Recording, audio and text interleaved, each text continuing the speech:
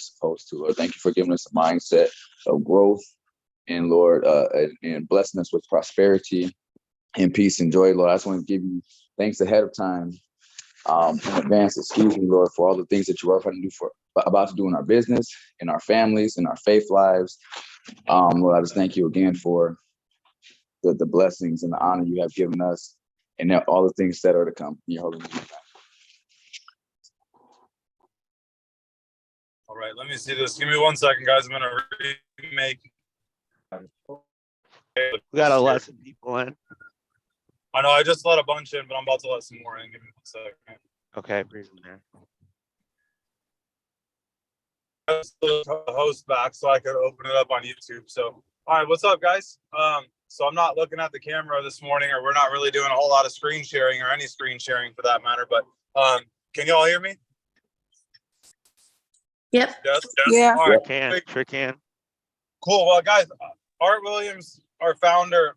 If you don't know who Art Williams is, you should probably search him. But he talks about this business is 50% the crusade and 50% the dream, right? And we've done a lot of talking about the crusade and showing different policies and things like that. But I just wanted to, I want to sell the dream to you guys a little bit this morning. And by no means are we remotely there, right? Like, we are nowhere near at the dream, like at our dream, at least. Maybe this is someone's dream, but it's not ours, right? Like, we aren't there yet. But guys, like, this business is incredible. And I'll never forget, and Taylor, maybe you can chime in on this if you remember this conversation we had with Andy and Brittany, like probably a year and a half ago. I remember they had just bought their new house, right? So they just bought their $1 million+ house down here in Riverview, Florida, and it's crazy. I had such a deja vu moment this morning because I'm taking Freya on a daddy-daughter date to Epcot today. And, it's crazy. I remember about a year and a half ago, I was talking to Andy, and he was telling me, he's like, one day, dude, you're going to be able to do some of the stuff that you want to be able to do and not have to worry about the business, not have to worry about taking a day off. But in the beginning, it requires a little bit of a sacrifice, guys. And the Primerica dream, let's be honest, guys, the Primerica dream is not grinding your life away. That's not the dream, right? That's kind of a nightmare, if you ask me, because you're going to do that at any job.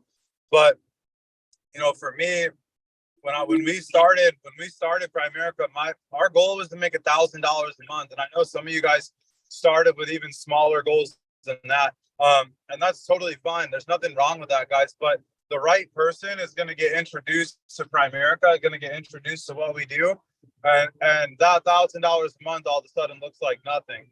Right. And Taylor, I don't want to speak for you, so feel free to chime in. But, for me, when I saw the business, when Taylor and I did our orientation with Andy, I remember looking at the business and the compensation and like what we did for people and thinking to myself, like, dude, if I don't try this, I will always wonder what if.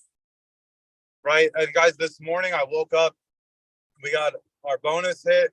A little bit of an advance. We got paid on a crap ton of home and auto referrals that we did as a team over the weekend. And guys, like, it'll be 2 years that we've been in the business. What's today? Thursday. So Saturday will be the 2-year anniversary of Taylor signing her IBA. So everybody type Taylor in the Zoom chat, because if it wasn't for Taylor, we would not be here today, honestly. But this morning, guys, we crossed over $250,000 in income in just under 2 years. Why does that have to be Dan and Taylor's story? Why can't that be Josh and Stephanie, right? Why can't that be Michelle? Why can't that be Lydia and Matt, right? I'm just picking on some of the people I see on my screen, but why can't that be you, right? Why does that have to be somebody else's story? Why do we get so caught up when we look at other people having success and we're like, yeah, but that's not for me? Guys, when we started, I looked at Andy and Brittany and the life that they were building for their family and the beautiful home that they bought, right? That they built, from the ground up. But the love that they looked like their family had, the way that, and they do have that, but at first it was just a perception, right? And the things that they got to do, guys, it's not like life not about materialistic things. But let's be honest, if you could pick to have a car that broke down every 100 miles, to have a car that didn't break down every 100 miles, you're picking a car that doesn't break down, right? It's not about the things, but it's about the peace of life, right? It's about the lack of stress in your life. It's about, and guys, I just wanted to challenge your thought process a little bit this morning. And then I'm going to open it up for questions. I know we're hard time this morning, but because I'm driving, I'm not going to do a little bit of questions. But Taylor, I'm in on that at all, like the perception of what we were talking about, right? I have no idea what the heck he just said. I heard a Yeah. robot. Yeah, I I heard a did. robot speaking, and then it just cut. So yeah, so we're coming up on 2 years. What is that, like today? Was that tomorrow? What did you say, tomorrow or Saturday? Well, the 13th, Saturday. So Saturday is our 2 year. I'm not really too sure what I'm supposed to be chiming in on here. I've just always kind of been You don't necessarily need to, you know. I can't hear you. You don't sound like you're saying anything. You're a robot, Dan. Sorry, but anyways, my dad taught me work ethic, and as brainwashing as the work ethic that he taught me is, because it's very much you work whatever job you possibly can to get a paycheck, to pay your bills, to live your life. Like literally, it's like, and the way that he taught me to work is to be there 15 minutes early, to stay later, all these things that, like, I get that, the 9 to 5 brainwashing type of job and work and stuff like that is no bueno, but the principles he taught me to work with is what trained me up to be the team player that I am for my family, for work, for place, like for where I've ever had a job. I've always gotten there 15 minutes early. Dan's the one who makes me late, not the kids. I literally stress out, and he can tell you, I stress out so bad when we're going to be on time. On time to me is late. It's been drilled into my head. I can't get it out. It is what it is. So I mean, when our gym was like, going under, not really our fault, but when we were forced closed, forced to pay bills, people are not able to come in. So they're not paying us to remain open. Because that's kind of the round robin that we were kind of fighting in, the two things kind of popped up, like me and Dan sat down for our family meeting, and we had a meeting on, like, this is the hill that we die on. Like, are you okay with literally biting pennies until we figure this thing out? And I'm a team player, and that means, to me, yeah, I mean, I'm all in. Let's go. Like, for a while, I was trying to make frozen meals last as long as possible. Like, that's the truth of it. I'm not joking. Like, I literally made frozen meals last. That's no way to live. And then when this came around and Dan said that we have a shot here, I believe in him more than anything else. And when I saw his hard work go into the gym, and that this business could be something very, very special, I knew we just had to give it a shot. And because I knew we had to give it a shot, that's when I saw him at the gym, like stressing out about keeping the gym open, but also doing this, I was like, dude, we've always been a 2 feet kind of family. Like, we've never just dipped a toe in the water ever. We're not those kind of people. Even together, like, we are, even individually, we're just not that way. That's not how we are. We are a jump with 2 feet kind of people. We are not like it. Anything outside of that is not a commitment to us. It's like, for real. It's just not like, so for us, we had to, like, I could feel that, I could sense it. We had to make that jump. So I know, I mean, that's when we were at Ian's chat talking about burning the ships, where Ian was just kind of like calling, and I don't think he even purposely meant to call us out or anything. I don't think he even knew he was talking directly to us. But in the midst of all that, what happened was he was talking about a topic that really resonated to me and Dan. And so you never know, like, what your personal circumstances could speak to for other people. You just have to trust that what you're going through is something that's going to develop your skill to be able to talk to somebody else through it. So all the hard times that you're coming into or have been through, utilize not giving up as a route to learning the lesson, to be able to teach somebody else how to get past those circumstances. That's, I mean, I don't know where we're kind of going in conversation with training, but that was kind of my 2 cents on what topic we were just on. So Dan, I don't know if you're out of the fuzzy zone, if you have more to say, or if you're even still on here. He told me I to don't tell you to can you hear me? Yeah. So he told me to tell you to talk about breaking our single day appointment setting record, and then end the call early today once you're done talking about that. Okay, so we're gonna end the call early after that. Okay, so appointment setting record. Does anybody know what the team appointment setting record is? Because I sure don't know. I feel like I'd Nope, give I it don't know. a real big number. Don't make me pick a number, because I'll probably pick a way too big of a number. At least All right. So basically what we're going to be going after today, you guys, is just a real big appointment setting going on today. Get out, prospect in person if you need to, make people run the play, get people to make that post for you, stay on top of the people that are commenting. Dan does something on his Facebook that I'm not sure everybody has caught yet. And I'm sure he's done some trainings on it here and there, but what he does is on his Facebook page, he has the post, the my place is hiring. What he does is he posted that for the very first time. He posted it. He had some people comment. He replied to those comments, and then it lost. It kind of like was going up, and then it kind of stayed stagnant, and then it kind of went down for views and for people commenting and things like that.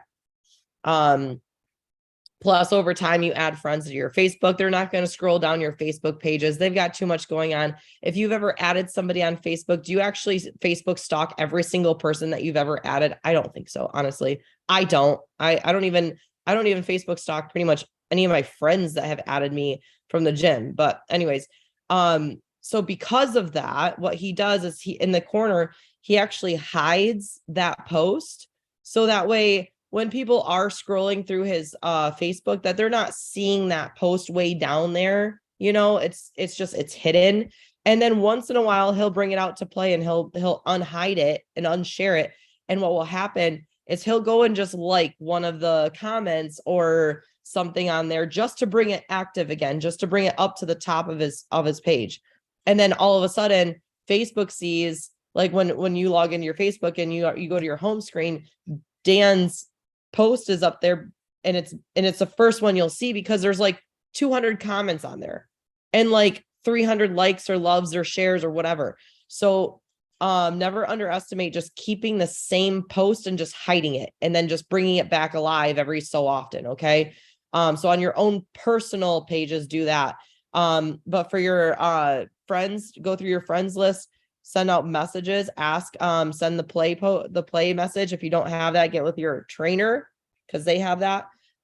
You should be sending Facebook messages, just asking your friends, hey, this might not be for you, but I started something and I really could use some help. Can you post this?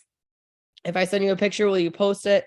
Stuff like that. So, and your friends usually want to help you. And once they see the post that you want them to post, which is something about making money and passing a background check, they're just like, wait, what is this? Especially if you're not trying to make too much conversation about the business before you just ask them to make the post for you. Okay. You're not looking for them. You're looking for their market, right? That's the purpose of making that post. You're not looking for that one friend. You're looking for their market. Cause let's be honest, if you had a, like, let's just say, because a lot of people, that you run into are going to want to say like that this isn't a quote unquote real job. Okay. Well, a lot of people just don't treat at-home jobs as real jobs because they have to hold themselves accountable.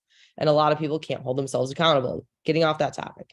Okay. So what you want to do is like if you were to get like, let's say you are a lawyer at a law firm, and everybody has this one friend that is like the goofball, doesn't really show up, doesn't take a lot of things seriously, kind of dependable, not really, like it's a cool person, good person. But like, if this person were to ask you, hey, are you guys, is your office hiring? Is your firm hiring? I want to become a lawyer. And they don't even have any like school under their belt. Are you gonna vouch for them to even work in your office, even as like the water boy or as the receptionist? Especially if maybe they're going to call off a bunch and all this stuff. Probably not. That person is going to represent your record in that business, right? So, and it's the same thing when you're messaging your friends. Get out of your head that you need your friend to join your business. You want to work with your friends. It's cool. But ultimately, the point is that they know somebody who's really, really, really good and very like a real hard worker, and that's the person that you want, but you would never meet them outside of circumstances of them just posting on Facebook, because this person isn't someone they hang out with all the time. You're not going to meet them on any type of like friend group event or anything like that. So that's the purpose of messaging your friends. Okay. Don't take that for granted. Dan and I came from somebody who said no to their friend, but said yes to posting. I want you to understand this for a second. Andy Onstead, he asked somebody to join the business. They said no. He said, that's fine. I completely understand. There are some people that you might know that could use this opportunity. Would you mind making a post for me? She said, not a problem. That's perfectly fine. Right? Like that he didn't fight with her about, you must join my business. Please join. You like, get under me, right? Like he did not do anything like that. He just said, excuse me. He just said, awesome. There are some people I know that you must know that need an opportunity like this. Would you mind posting for me? She posted. I haven't seen her in like 12 years, 13 years. It's been 13 years since I've seen this person. I don't even really talk to her much. She's just on my friends list from when I knew her in college. And she posted it. I was the only person that commented. Literally the only person. There was nothing else on there. There was a few like likes and loves and stuff, but I'm assuming that now I'm assuming it was probably Andy and a few other people that he like had engaged the post a little bit. But I was the only person who commented. And out of what happened with me is if this lady would have just said, I'm not interested in working, but hey, I'll get the license because you did make a good point. She got the license. She did not get the license, by the way, but let's just pretend for a second that she did get the license. She would have made close to, Dan, what was it, like $50,000? Somewhere between $50,000 and $60,000 during us getting trained before we went RVP. And she would have had a free ride to RVP. So yeah, like, and when they say like your business is like one recruit away from an explosion, that's what they're talking about. But they're not talking about you forcing any one person to be that one. They're just telling you, hey, who cares who says no? The person who says yes will explode your business. Utilize the no's to get to the yes. When the yes is the destination, no's is the road getting there. Okay. So never underestimate someone saying no to you. Always reach out to your friends and just ask them to help you. Especially those bonehead friends you have, maybe you can ruffle their feathers a little bit depending on how well you know them, and just say, hey, this might not be for you. I don't think it's for you, bro. But I know you know people. and like kind of ruffle their feathers. You never know that, your friend maybe that is the bonehead might actually get their crap together because they see what this could be. So really just keep your guys' focus in setting those appointments. Never mind the no's. When the destination is the yes, that's what you're looking for. Okay. Dan, you want to add anything before I close this out? Super quick. I'm sorry if I sound like an underwater robot again, Elian, but we'll give it a shot real quick. But guys, like Taylor was saying, you never know where that one's going to come from. And I'll just hit this really quick. Ready? So number one, in December, we recruited Kelly. From Kelly came Amber and 4 or 5 other people on this call right now. Right. And then in January, Josh joined. Josh has 4 or 5 people on the call right now. Right. And then in February or March, I forget which month it was, Mike Nager joined, and because of that, Luke and Seth and Christy and that whole group of people came from that one person. Right now, this month, we brought on Michelle. Everybody say hi, Michelle. I believe that Michelle is the only one from that, from the main people, the singular people that I recruited that's on this call right now. Right. And guys, like, the reason I'm touching on that is because Taylor just said you're one recruit away from an explosion, but you have to decide to go and be the person that people will follow. Because Michelle, you can correct me if I'm wrong, but if I wasn't showing up every day, and if I wasn't leading and consistent on social media and posting about my life and what we're doing, and if I didn't look like somebody that Michelle could follow, Michelle would not be here, because Michelle's not looking to go down or sideways. Michelle, correct? You're looking to take a step up. You're looking to get into a place where you have more income, more freedom, diversifying the income a little bit. And I'm not telling you that to make you be like, oh, I can't lead people. Start. And if you don't have anybody to lead right now, you got to go self first. Yes or no? Like, you have to go lead yourself. If you can't lead yourself, you're not going to be able to lead anybody else, guys. And I'm not trying to be mean, but that's just the truth. So I got one bar. I don't know if y'all can still hear me or not, but if not, this is good. But if you can't hear me, that's fine. But guys, go the Redemption Telegram, right? I've been telling you guys this every day for the month, and we got like 5 people that broke the record so far. Go post in the Redemption Telegram. What is your single day appointment setting record? And what day will you break that record? So when are you going to break your record, and what is the record that you guys need to break? Guys, I'm super proud of you. We love you guys. Anything we can do to help, give us a call, guys. We're here for you. Go put in the Telegram. What is your record, and when are you going to break it, guys? Have a great